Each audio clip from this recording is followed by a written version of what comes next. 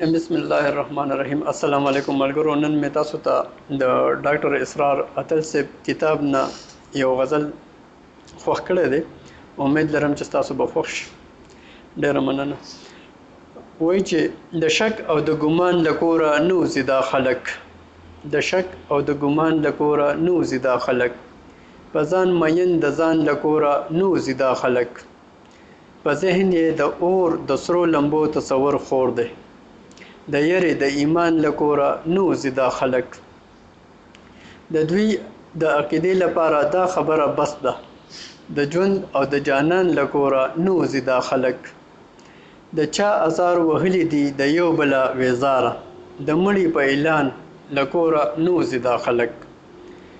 د دوی د عقېدې لپاره دا خبره بس ده، د ژوند او د جانان له کوره نه وځي دا خلک.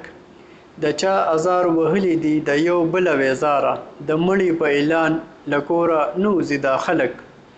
د سر سوری وران شو خو درانه دي پښتانه. د سر سوری وران شو خو درانه دي پښتانه. ډېره مننه. وایي د سر سوری وران شو خو درانه دي پښتانه، وريږې پر باران له کوره نه وځي دا خلک. او شین سترګی دی په ډز او په ټوپک به وهل غواړي، شین سترګی دی په ډز او په ټوپک وهل غواړي، په ازار او په قربان له کوره نه وځي دا خلک.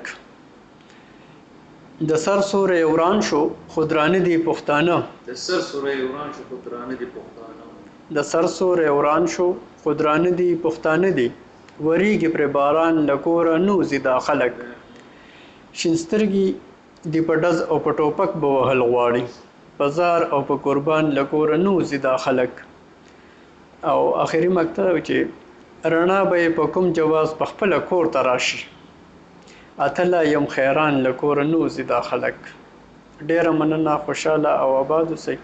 دې کې دی د عقیدې خبره کوي، د پښتون پس منظر خبره کوي، د لوی افغانستان خبره کوي، د پښتنو د کوم خبرې چې وشوې لکه د ډز او د بم او د بارود د هغې په باره کې دا خبرې کوي. موږ ته امن پکار دی، خوشحالي پکار ده. ډېره مننه. خوشحاله او آباد اوسئ. الله په امان.